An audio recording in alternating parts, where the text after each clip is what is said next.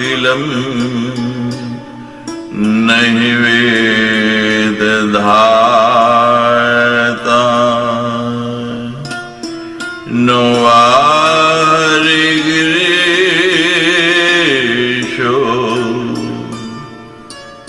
नहीं चे अपि अनंत अंशांशिकापिते किमुतन्यदेवा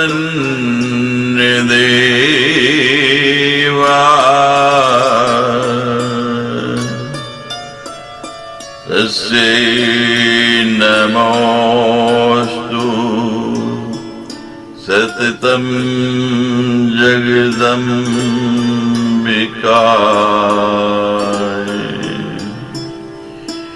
यद्पद पंकज रजे समवापि विश्वम् ब्रह्मा सृजति दिनं च विभर्ति विष्णु रुद्रैः सहति नेत्ररथा समर्था तस्यै नमोऽस्तु सततं जगदम्बिकाय तस्यै नमोऽस्तु सततं जगदम्बिकाय तस्यै नमोऽस्तु सततं जगदम्बिकाय।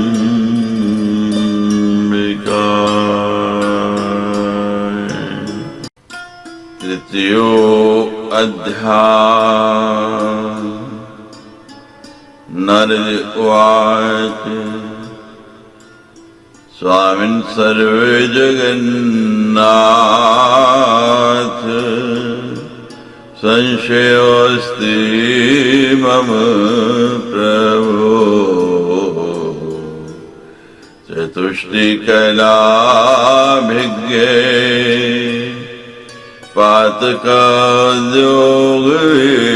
पातकाद्योगविदुर मुच्यते केन पुण्येन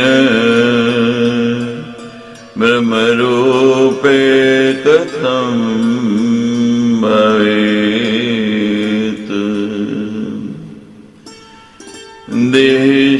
देहिष्टदेवता रूपो मंत्ररूपो विशेषते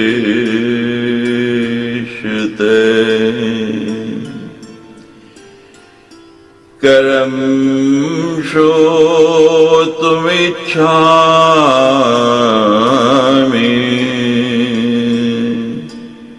नासं च विधिपूर्वकम्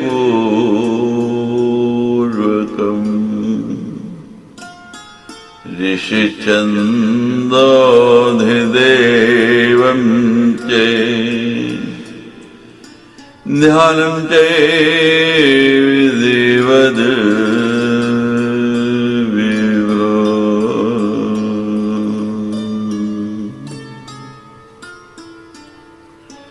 नारद बोले, हे स्वामिन, ही संपूर्ण जगत के नाथ, हे प्रभु, ही 64 कलाओं के ज्ञाता है, योगवताओं में श्रेष्ठ। मनुष्य किस पुण्य कर्म से पाप मुक्त हो सकता है? किस प्रकार ब्रह्मरूपत्व प्राप्त कर सकता है और किस कर्म से उसका देह देवता रूप तथा विशेष रूप से मंत्र रूप हो सकता है। हे प्रभु, उस कर्म के विषय में साथ ही विधि पूर्वक न्यास, ऋषि, छंद, अधिदेवता तथा ध्यान को विधिवत मैं सुनना चाहता हूं। कृपा करके आप मुझे बताइए।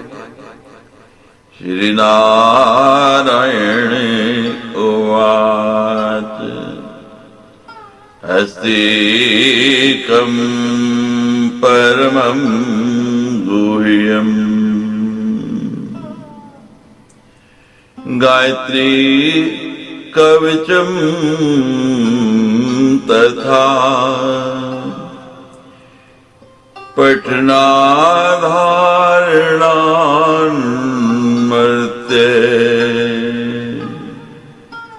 सर्वे पापे प्रमुच्यते।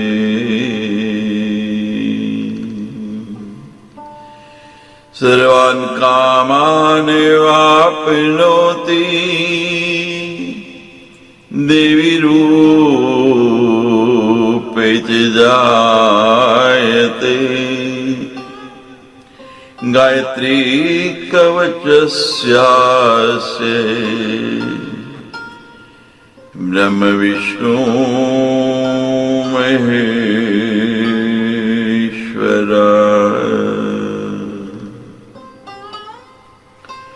ऋषियो ऋग्यजो साम अथर्वछन्दांसि नारद।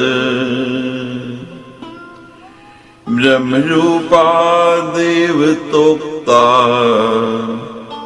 गायत्री परमा कला।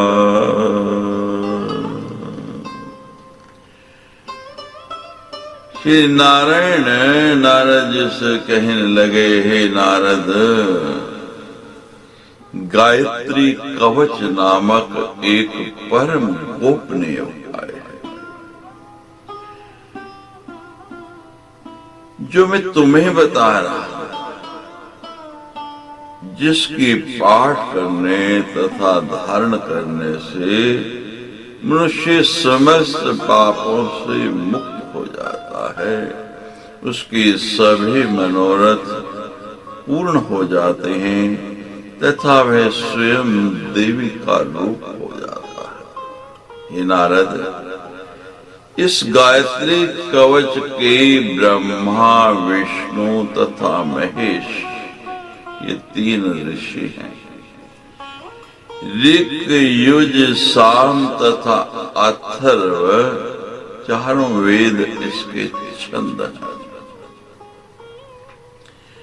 परम कलाओं से संपन्न ब्रह्म स्वरूपिणी गायत्री इसकी देवता कहे गए। तद्बीजं भर्ग इत्येषा शक्तिरुक्ता मुनीषिभिः।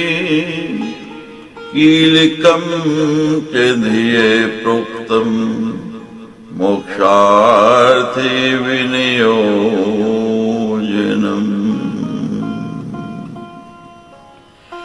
भर्ग इसका बीज है। विद्वानों ने स्वयं इसी को शक्ति कहा है। बुद्धि को इसका कीलक कहा गया है और मोक्ष के लिए इसके विनियोग का विधान भी बताया गया है। चतुर्भिः हृदयं प्रोक्तं त्रिभिर्वर्णैः शिरः समृतं। चतुर्भिः शिखा पश्चात् त्रिभिस्तु कवचं संवृतम्। चतुर्भिः नेत्रम् उद्दिष्टम्। चतुर्भिः स्यादस्त्रकम्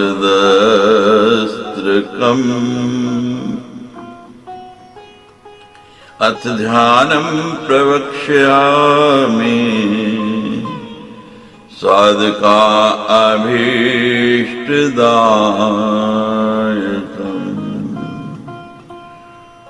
मुक्ता विद्रुमहे मनीर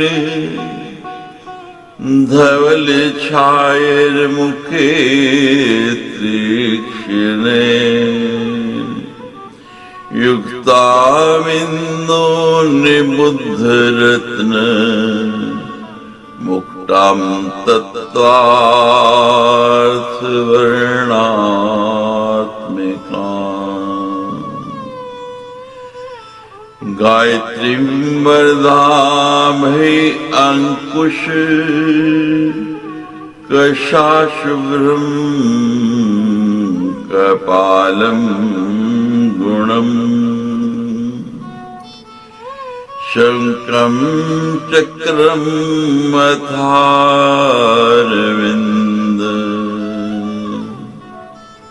युगलं हस्तैर्वहन्तीं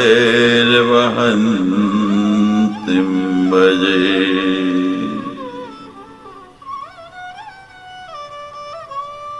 चार वर्णों से इसका हृदय, तीन वर्णों से सिर, चार वर्णों से शिखा, तीन वर्णों से कवच, चार वर्णों से नेत्र तथा चार वर्णों से अस्त्र। हे नारद, अब मैं साधकों को उनके अभीष्ट की प्राप्ति कराने वाले ध्यान का वर्णन करूंगा।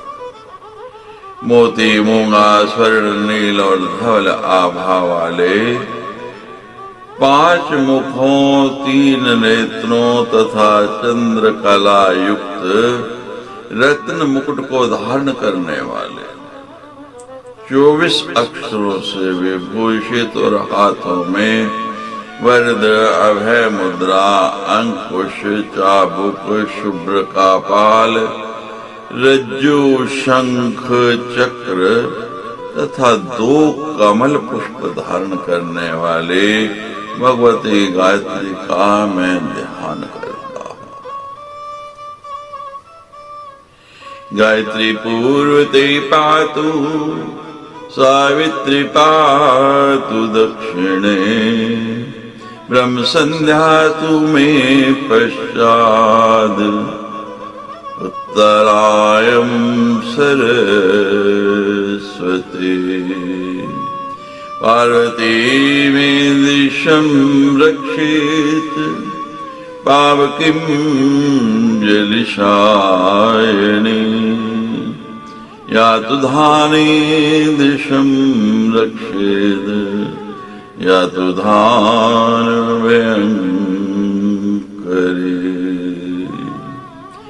पावमानीं दिशं रक्षेत्, पवमानविलासिनी,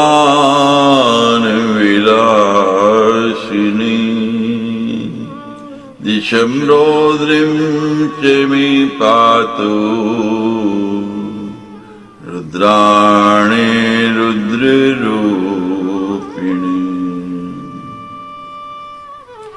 ऊर्ध्वं ब्रह्माणि मे रक्षेत्, नस्ता वैष्णवी तथा,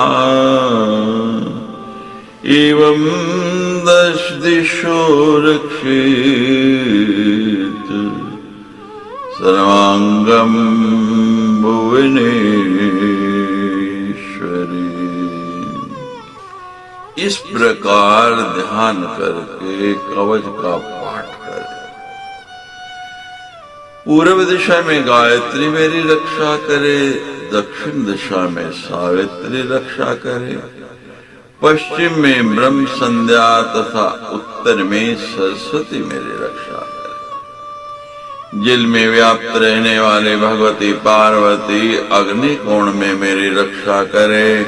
राक्षसों में भय उत्पन्न करने वाले भगवती यातुधाने नैऋत्य कोण में मेरी रक्षा करे। वायु में विलास लीला करने वाले भगवती पावमाने वायव्य कोण में मेरी रक्षा करे। रुद्र रूप धारण करने वाले भगवती रुद्राणी ईशान कोण में मेरी रक्षा करे।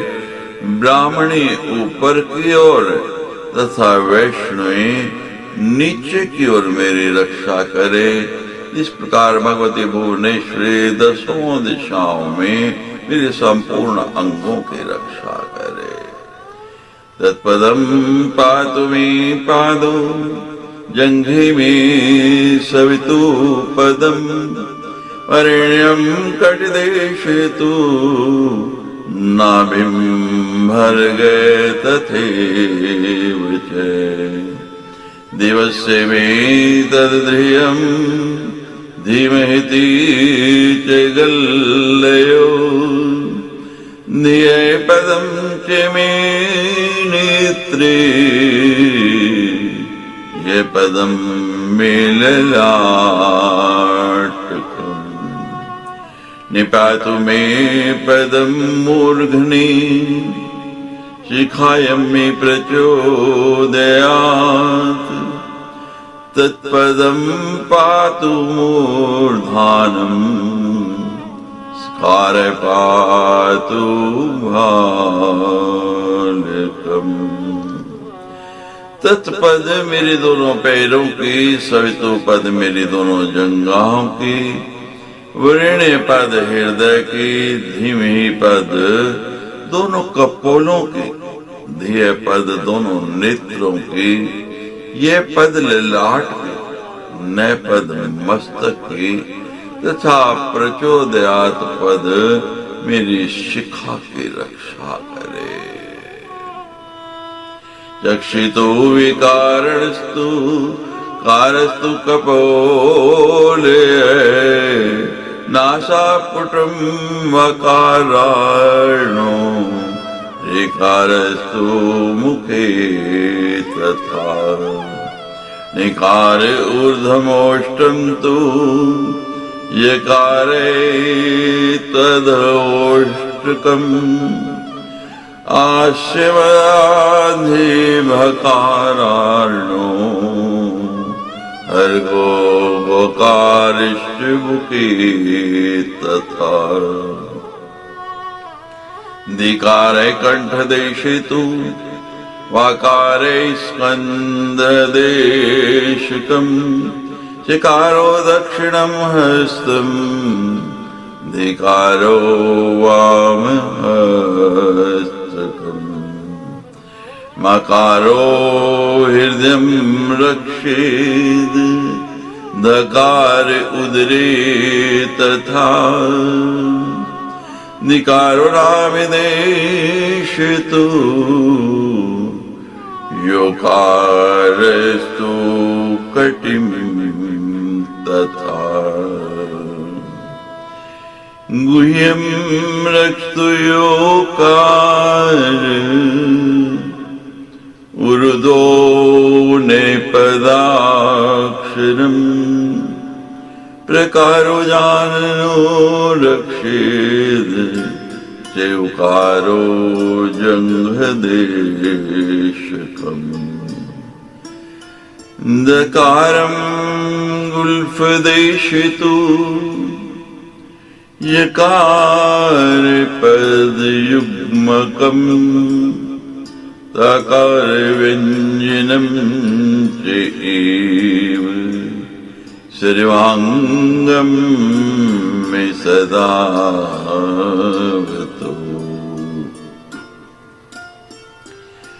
तत्पद मस्तक की रक्षा करे तथा सैकार ललाट की रक्षा करे। इसी तरह विकार दोनों नेत्रों की, तुकार दोनों कपोलों की, विकार नासापुट की, रीकार मुख की, णीकार ऊपरी ओष्ठ की, येकार नीचे वाले ओष्ठ की, भेकार मुख की मध्य भाग की, रेफ युक्त गोकार गो ठुड्डी की, दीकार कंठ की, वेकार कंधों की, सिकार दाहिने हाथ की, धीकार बाएं हाथ की, मेकार हृदय की, हीकार उदर की, धीकार नाभिदेश की, यूकार कटी प्रदेश की, पुनः यूकार गुह्य अंगों की, नय पद दोनों उरों की, प्रेकार दोनों घुटनों की, चोकार दोनों जंघाओं की, दैकार गुल्फों की, याकार दोनों पैरों की, और तयकार व्यंजन तय सर्वदा मेरे पूर्ण अंगों की रक्षा करे। इदं तु कवचम दिव्यम माधाशत विनाशनम चतुष्षष्टि कला विद्या दायकम मोक्षकारकम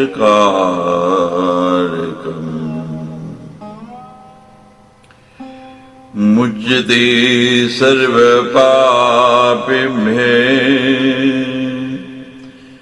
परम ब्रह्मधिगच्छति पठनाच श्रवणाद् वापि गोसहस्रफलं लभेत्।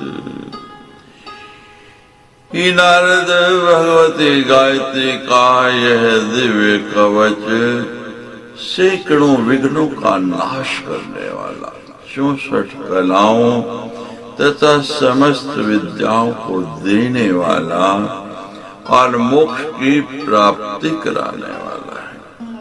इस कवच के प्रभाव से व्यक्ति सभी पापों से मुक्त हो जाता है और पर ब्रह्म भाव की प्राप्ति कर लेता है। इसे पढ़ने अथवा सुनने से भी मनुष्य 1000 गोदान का फल प्राप्त कर लेता है। इति श्रीमद्देवी भागवती महापुराणे अष्टादशसहस्रायां संहितायां 12 स्कन्धे गायत्री मंत्र कवच वर्णम नाम तृतीयो अध्याय।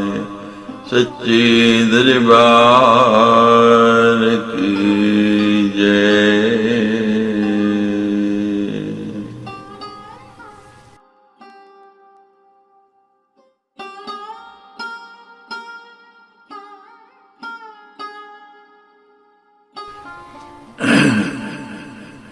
नारद उवाच भगवन् देवदेवेश मूत भव्ये जगत प्रभो काव्यं तैः श्रुतं दिव्यं गायत्री मंत्र विग्रहम् अधुना श्रोतुमिच्छामि गायत्री हृदयं परम् यद्धारणात् भवेत् पुण्यम् गायत्री जपतो अखिलम्। नारद जी बोले, हे भगवान, हे देव देवेश, हे भूत भव्य जगत प्रभो, मैंने गायत्री मंत्र विग्रह तथा गायत्री कवच के विषय में सुन लिया। अब मैं श्रेष्ठ गायत्री हृदय सुनना चाहता हूँ, जिसके धारण करने से गायत्री जप से प्राप्त होने वाला संपूर्ण पुण्य प्राप्त हो जाता है। श्रीनारायण उवाच।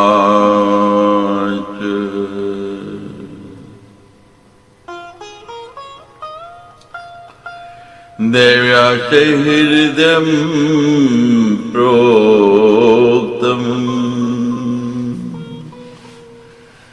नारदाथर्वणे सुटम्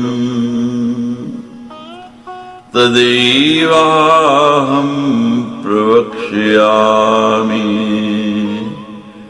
रहस्येति रहस्यकम्।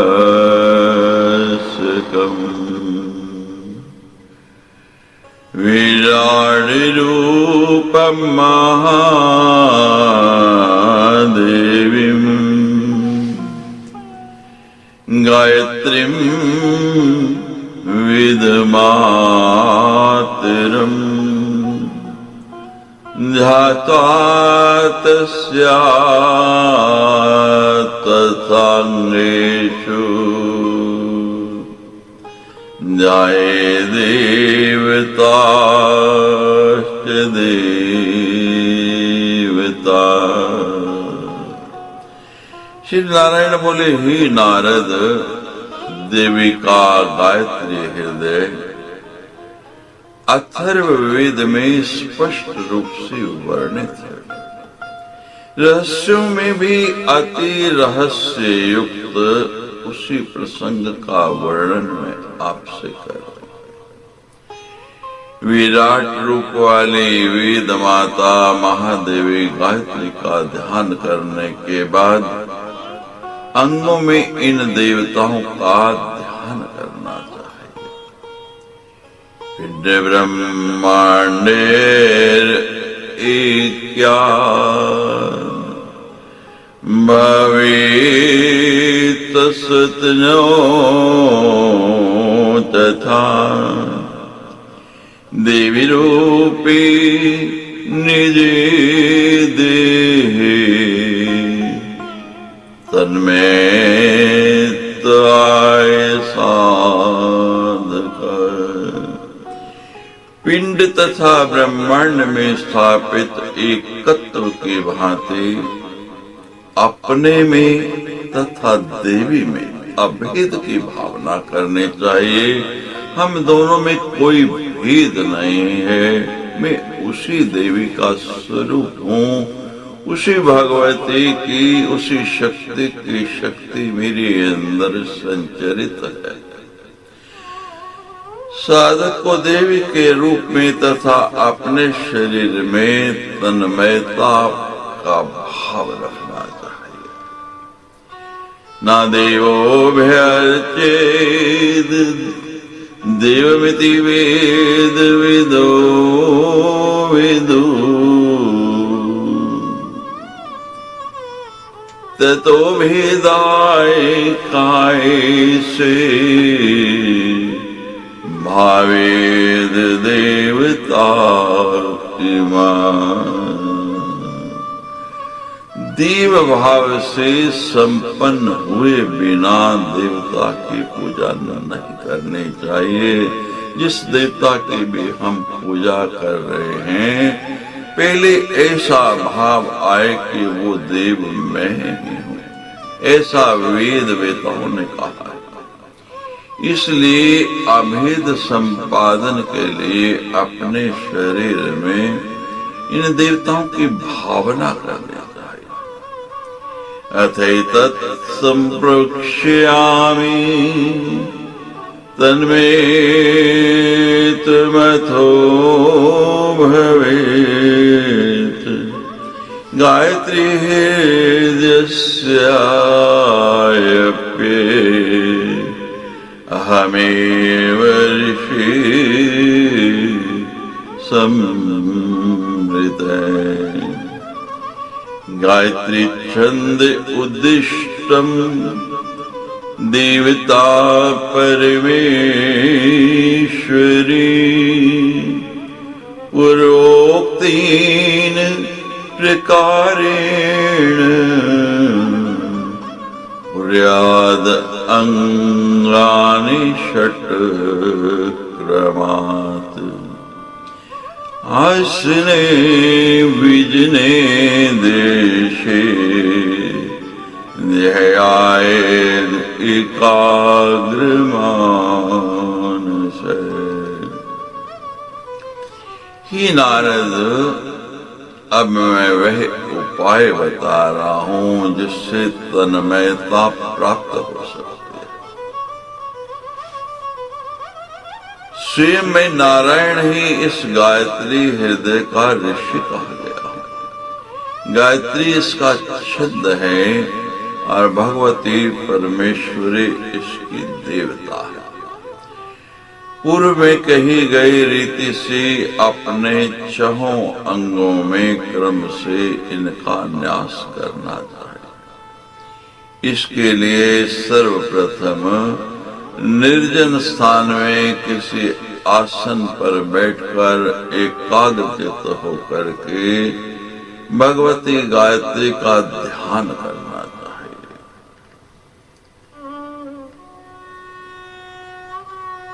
न्यास जो मूर्धनि देवतम दत्पंक्तावश्विनो उभे संधे चोष्टो मुखमग्नि जीवा सरस्वती गियायम तु बृहस्पति तमनयोर्यो वස්සो इष्टो बाह्योरमृते हृदय पर्जन्ये आकाशम मुद्रम नाभावदंतरिक्षम पट्योरिंद्रग्नि जगने विज्ञान घनय प्रजापति कैलाशमले विश्वदेवो जानवो जंघायाम कोशिके गुह्यमहीने उरुपुत्रे पादो पृथ्वी वनस्पते अंगुलीषु ऋष्ये रोमाणि नखानि मुहूर्तानि अस्तिषु ग्रहा असृंगमासं ऋत्वे संवत्सरावे निमिषम् अहोरात्रिवादिश्य चंद्रमा प्रवरं दिव्यां गायत्रीं सहस्नेत्रं शरणमहं प्रपद्ये। ओम तत्सवितुर्वरेण्याय नमः। ओम तत्पूर्वजाय नमः। ओम तत्प्रातरादित्याय नमः। तत्प्रातरादिश्य प्रतिष्ठाय नमः। प्रातर्ध्यानो रात्रिकृतं पापं नाश्यति सायं ध्यानो दिवसकृतं पापं नाश्यति। सायं प्रातैरधियानो अपापो भवति सर्वतीर्थेषु सनातो भवति सर्वे दैवज्ञर्ज्ञातो भवति अवाच्य वचनात् पूतो भवति अभक्ष्य भक्षणात् पूतो भवति अभोज्य भोजनोत् पूतो भवति अचोष्य चोषणात् पूतो भवति असाध्य साधनोत् पूतो भवति दुष्प्रतिग्रहिषत् सहस्रपूतो भवति सर्वप्रतिग्रहात् पूतो भवति पंक्तिदूषणात् पूतो भवति अनित्रवचनात् पूतो भवति अथा ब्रह्मचारी ब्रह्मचारी भवति अनेन हृदयेनाधीतेन क्रतु सहस्रेणष्टं भवति षष्टिसहस्र गायत्र्या जप्यानि फलानि भवन्ति अष्टो ब्राह्मणं सम्यगाह्येत तस्य सिद्धिर्भवति यैदं नित्यमधीनो ब्राह्मणे प्रातः शुचि सर्वपापै प्रमुच्यते इति ब्रह्मलोके महीते इत्याह भगवान श्री नारायण। अब अंग न्यास की विधि बताई जाती है। मस्तक में दो नामक देवता, दंत पंक्ति में दोनों अश्विनी कुमारों, दोनों ओठों में दोनों संध्याओं, मुख में अग्नि, जीवा में सरस्वती, ग्रीवा में बृहस्पति, दोनों स्तनों में आठों वसुओं, दोनों मजाओं में मरुद गणों, हृदय में पर्जन्य, उदर में आकाश, नाभि में अंतरिक्ष, दोनों कटिदेश में इंद्र तथा अग्नि, जगन में विज्ञान घन प्रजापति, एक उरु में कैलाश तथा मलयगिरी, दोनों घुटनों में विश्वदेवों, पिंडली में कौशिक, गुह्य देश में उत्तरायण एवं दक्षिणायन के अधिष्ठात्री देवता, दूसरे उरु में पितरों, पैरों में पृथ्वी, उंगलियों में वनस्पति, रोमों में ऋषियों, नखों में मुहूर्तों, हड्डियों में ग्रहों तथा रुद्र एवं मास में ऋतुओं की भावना करे। संवत्सर जिनके लिए एक पल के समान है तथा जिनके आदेश से सूर्य और चंद्रमा दिन रात का विभाजन करते हैं, मैं उन परम श्रेष्ठ दिव्य तथा सहित नेत्रों वाले भगवती गायत्री की शरण ग्रहण करता हूँ। ओम सूर्य के उस श्रेष्ठ तेज को नमस्कार है। ओम पूर्व दिशा में उदय होने वाले उन सूर्य को नमस्कार है। प्रातः कालीन उन सूर्य को नमस्कार है। आदित्य मंडल में प्रतिष्ठा प्राप्त करने वाली उन गायत्री को नमस्कार है। प्रातः काल गायत्री हृदय का पाठ करने वाला रात्रि में किए हुए पाप का नाश करता है। सायकाल में इसका पाठ करने वाला दिन में किए गए पापों का शमन करता है और साय तथा प्रातः दोनों वेलाओं में पाठ करने वाला निष्पाप हो जाता है। वे समस्त तीर्थों में स्नान किया हुआ हो जाता है। वे सभी देवताओं के लिए ज्ञात हो जाता है। गायत्री की कृपा से मनुष्य अभक्ष्य भाषण, अभक्ष्य भक्षण, अभोज्य भोजन, अचोष्य चोषण, असाध्य साधन, लाखों दुष्प्रतिग्रहों, सभी प्रकार के प्रतिग्रहों, पंक्ति दूषण तथा असत्य वचन, इन सभी से पवित्र हो जाता है। उनकी कृपा से अब्रह्मचारी भी ब्रह्मचारी हो जाता है। इस गायत्री हृदय के पाठ से 1000 यज्ञों के करने से फल प्राप्त होने वाला जो फल है वो प्राप्त हो जाता है। इसकी पाठ से 60 लाख गायत्री जप से मिलने वाले फल प्राप्त हो जाते हैं। इसकी अनुष्ठान में सम्यक प्रकार से 8 ब्राह्मणों का वर्ण करना चाहिए। ऐसा करने से उस व्यक्ति को सिद्धि प्राप्त हो जाती है। जो ब्राह्मण प्रतिदिन प्रातः काल पवित्र होकर इस गायत्री हृदय का पाठ करता है, वे समस्त पापों से मुक्त हो जाता है और ब्रह्मलोक में प्रतिष्ठित होता है। ऐसा स्वयं भगवान श्री नारायण ने कहा है। श्रीमद्देवी भागवती महापुराणे अष्टादशसहस्रम संहितायां द्वादश स्कंदे गायत्री हृदय नाम चतुर्थो अध्याय। सच्चे दरबार की जय।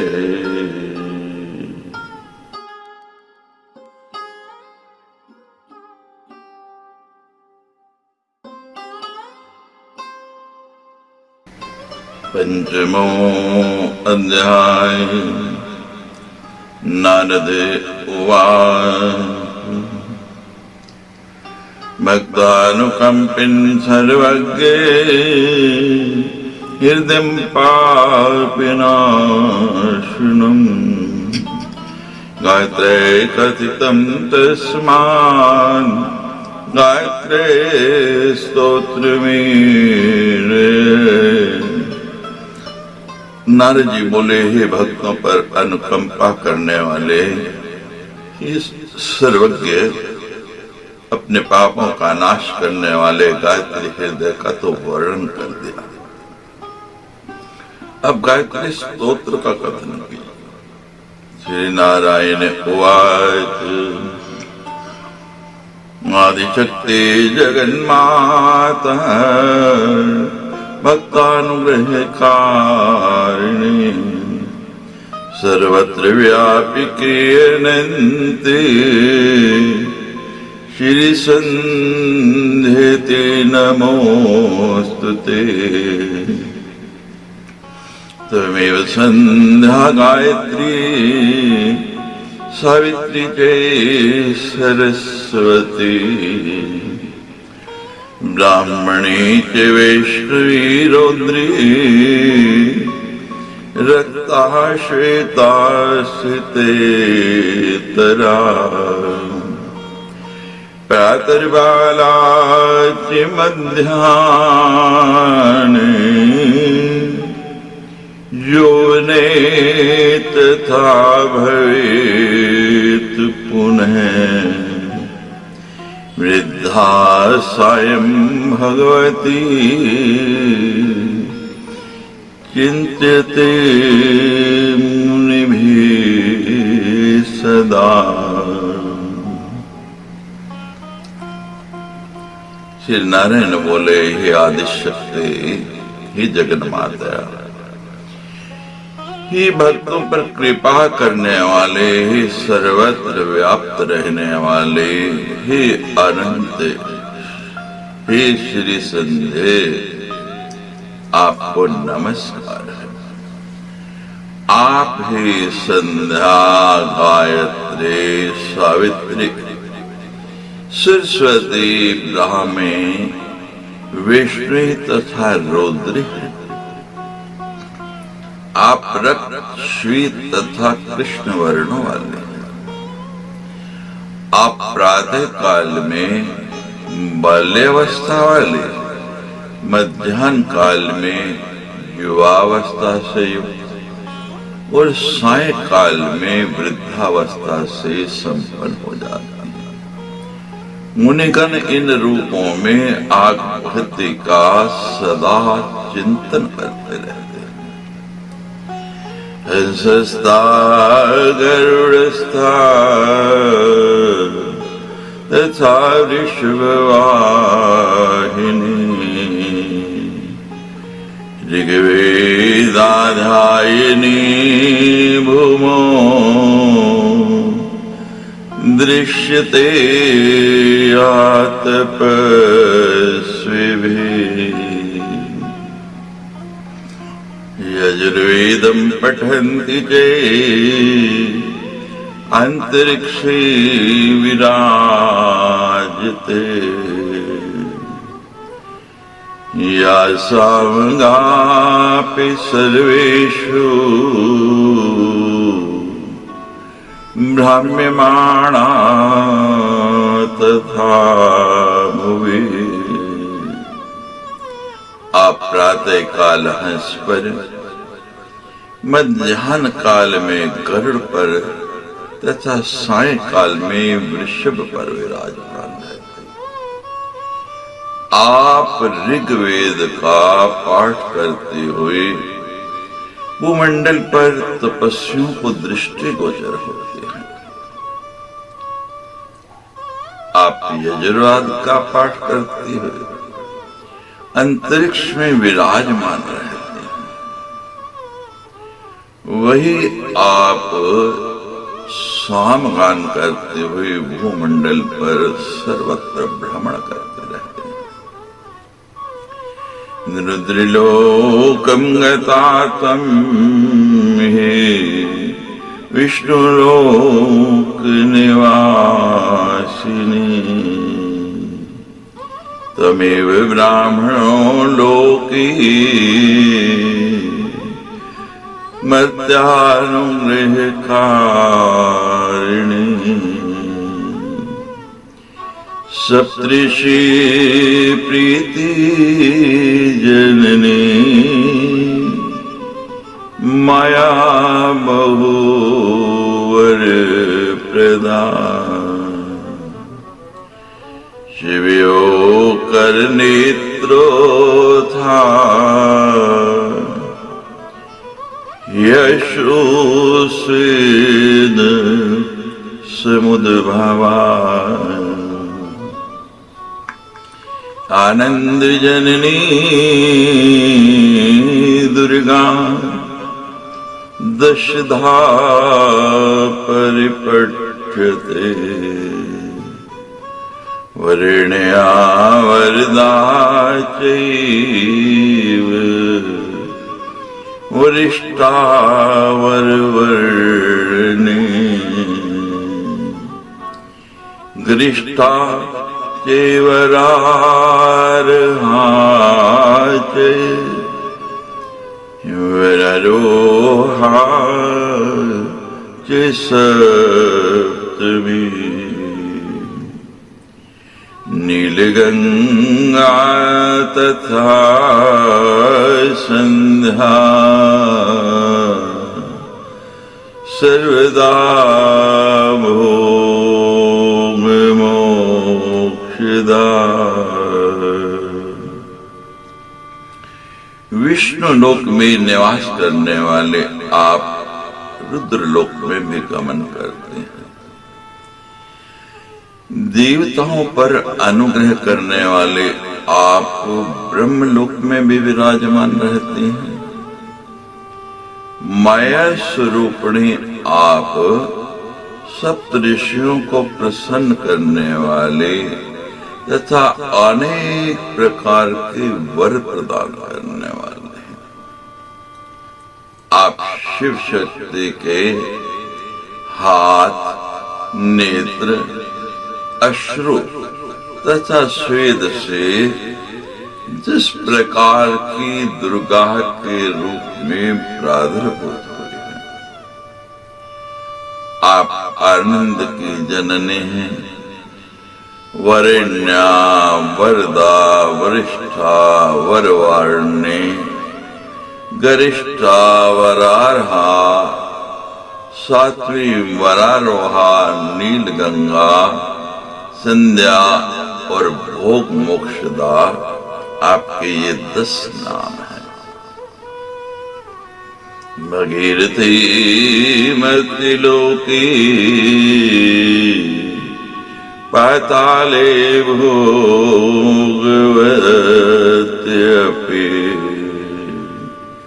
त्रिलोकवाहिनी देवी स्थानत्रये निवासिनी मुहुर्लोके स्थातमेवासि धरित्री लोकधारिणी गोलोके वायुशक्ति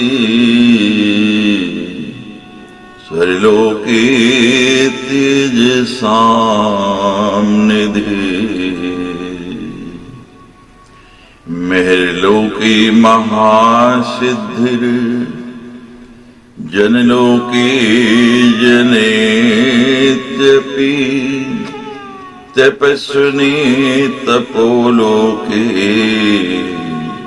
सत्यलोके तु सत्यवाक् कमला विष्णु लोके च गायत्री ब्रह्मलोकिदा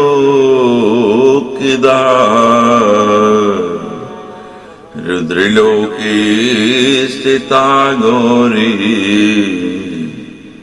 हरारदं निवासिनी।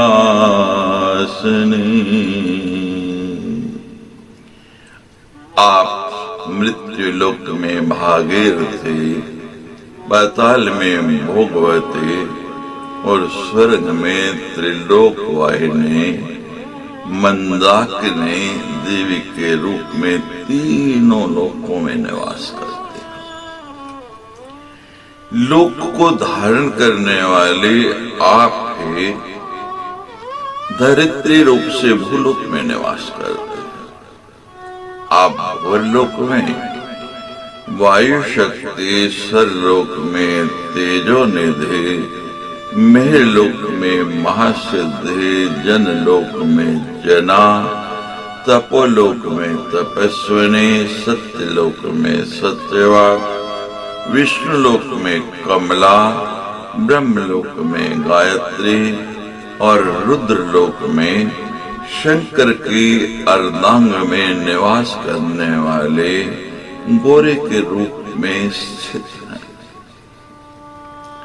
हेमो महेतैश्चैव प्रकृतिस्त्वं हि गीयसे साम्यवस्थात्मिका त्वं हि सबलब्रह्मस्वरूपिणी तते पराशक्ति परमात्म हि गीयसे इच्छा शक्ति, क्रिया शक्ति,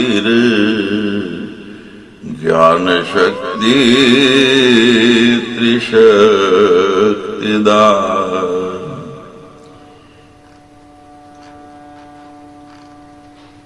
अहंकार और महत तत्वों की प्रकृति के रूप में आप ही कही जाते हैं।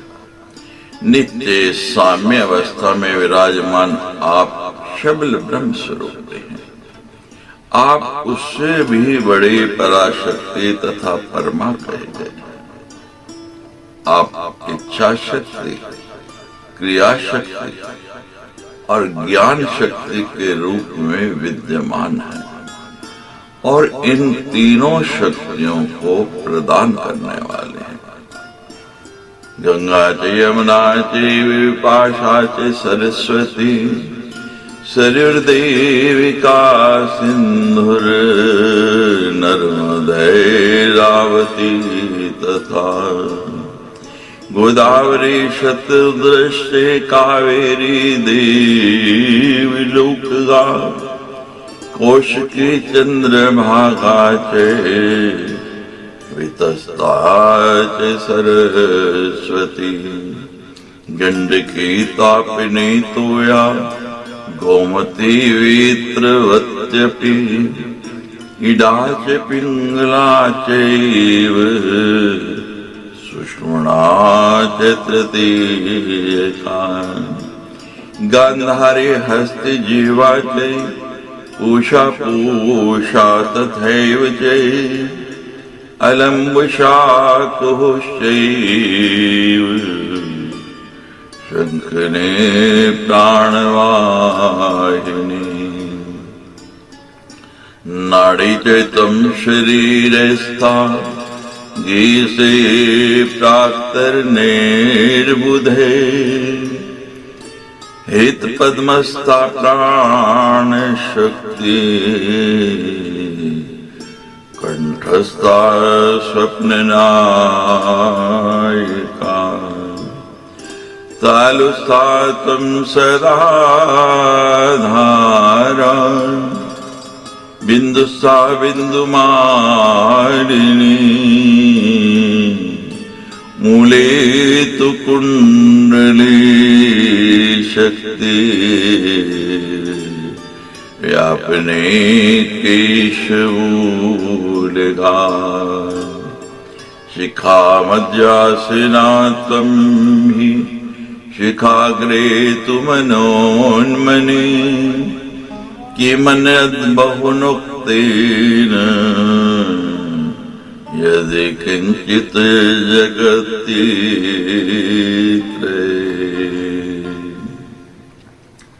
आप गंगा यमुना विपाशा सरस्वती सरयू देविका सिंधु नर्मदा इरावती गोदावरी शतद्रु देवलोक में गमन करने वाली कावेरी कौशिकी चंद्रभागा वितस्ता सरस्वती गंडकी तापनी तोया गोमती तथा वेत्रवती नदियों के रूप में विराजमान है और इड़ा पिंगला तीसरी सुषुम्ना गंधारी हस्तजिवा पूषा पूषा अलम्बुषा कुहु और शंखिनी इन प्राणवाहिनी नाड़ियों के रूप में आपको ही प्राचीन विद्वानों ने शरीर में स्थित बताया है। आप हृदय कमल में प्राण शक्ति के रूप में, कंठ देश में स्वपन नायिका के रूप में, तालुओं में सर्वाधार स्वरूपनी के रूप में और भूमध्य में बिंदु मालिनी के रूप में विराजमान रहती हैं। आप मूलाधार में कुंडली शक्ति के रूप में तथा चूड़ामूल पर्यंत व्यापनी शक्ति के रूप में स्थित है। शिखा के मध्य भाग में परमात्मा शक्ति के रूप में तथा शिखा के अग्रभाग में मनोन्मनी शक्ति के रूप में आप ही विराजमान रहते हैं। हे महादेवी, अधिक कहने से क्या लाभ, तीनों लोकों में जो कुछ भी है वह सब आप ही हैं। हे संदेह, मोक्ष लक्ष्मी की प्राप्ति के लिए आपको नमस्कार है। तत्सर्वं तत् महादेवी श्री संध्ये नमोस्तुते। इतिदं कीर्तितं स्तोत्रम् संध्यायां बहुपुण्यदम् महापाप प्रशमनम् महासिद्धि विधायकम् येदं कीर्ति स्तोत्रम् संध्याकाले समाहिते। अपुत्रे प्राप्नुयात् पुत्रम् धनार्थी धर्माप्नुयात् सर्वतीर्थ तपोदान